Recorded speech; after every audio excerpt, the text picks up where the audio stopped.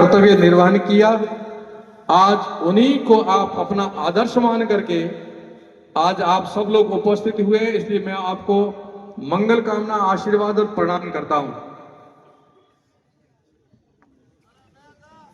ये जो कृत्य छांटो लागणो कलंकरो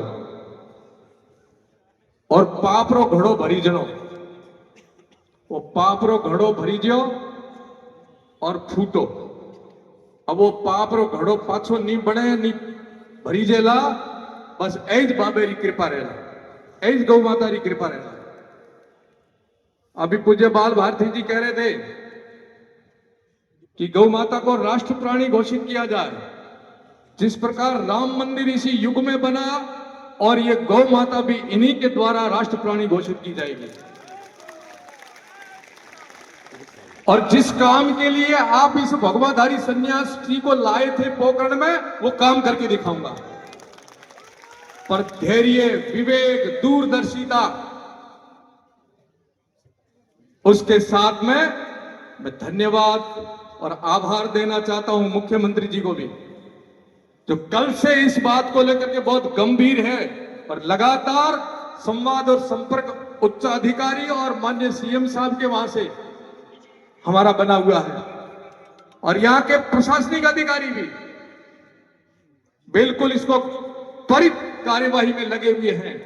और मैं आपको आश्वस्त करता हूं कि जो आप चाह रहे हैं वो गौ माता की और गुरु मोहनपुर जी की कृपा से सब होके रहेगा।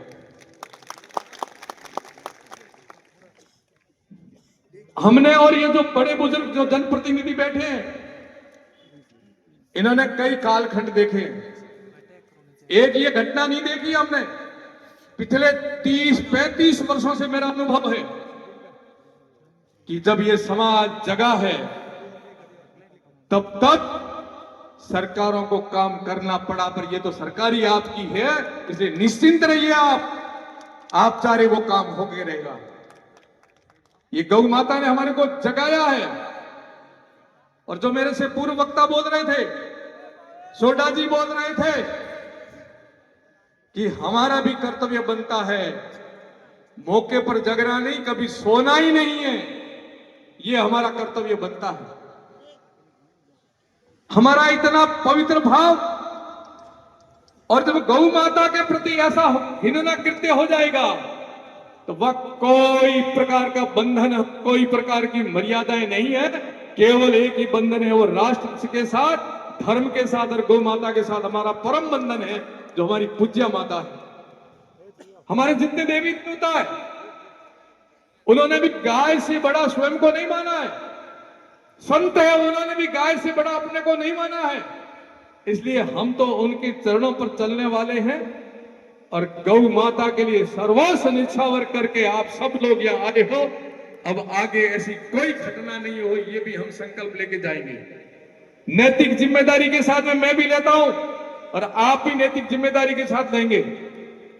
ये घृण्य कृत्य जो कर रहे हैं, इनके जो राज उगालने हैं, इनके पर्दे उठाने हैं, वो पर्दे उठते जाएंगे, उठते जाएंगे। ये मांस एकमात्र कारतूस पर गो मांस लगा हुआ था। उस वीर क्रांतिकारी मंगल पांडे ने कि नौकरी चली जाए, फांसी पर चढ़ा दिया जाए, पर मैं कारतूस मुंह से नहीं खोलूंगा क्योंकि मेरा धर्म भ्रष्ट हो जाएगा। आज इन गो हत्यारों ने इस मांस को किन किन को खिलाया होगा, एक कल्पना कीजिए आप लोग। क्योंकि ये यहां तक ही सप्लाई नहीं हो रही है। ये हमारे जो पर्यटक आते हैं, सम घूमने आते हैं, तनोट दर्शन करने आते हैं, रामदेवरा दर्शन करने आते हैं, उनको भी ये परोसा होगा। इसलिए बारीकी से जांच होगी और किसी को नहीं छोड़ा जाएगा। मैं पुनः कहूंगा, आप सबका जो साथ और स्नेह और प्रेम और श्रद्धा एक संत के प्रति, पहले मेरा धर्म है वो संत धर्म है, वो मोहनपुर जी महाराज की कृपा है। कई दिनों से व्यथित था मन में कि कब ये कार्रवाई होगी, और गौ माता की कृपा से अब कार्रवाई चल रही है। आसपास समाचार ले लेना क्या क्या चल रहा है, कहां कहां चल रहा है। क्या चल रहा है, कहां क्या चल रहा है? ये मां भगवती की, गौ माता की, मोहनपुर जी महाराज की कृपा है। पुनः आपसे कहूंगा, मेरे कर्तव्य को निभाने में मैं कहीं पीछे नहीं रहूंगा, और जो विश्वास आपका है उसको कभी खंडित नहीं होने दूंगा। जिस काम के लिए गुरु महाराज ने भेजा रहा, आपने बुलाया, वो करके ही जाऊंगा।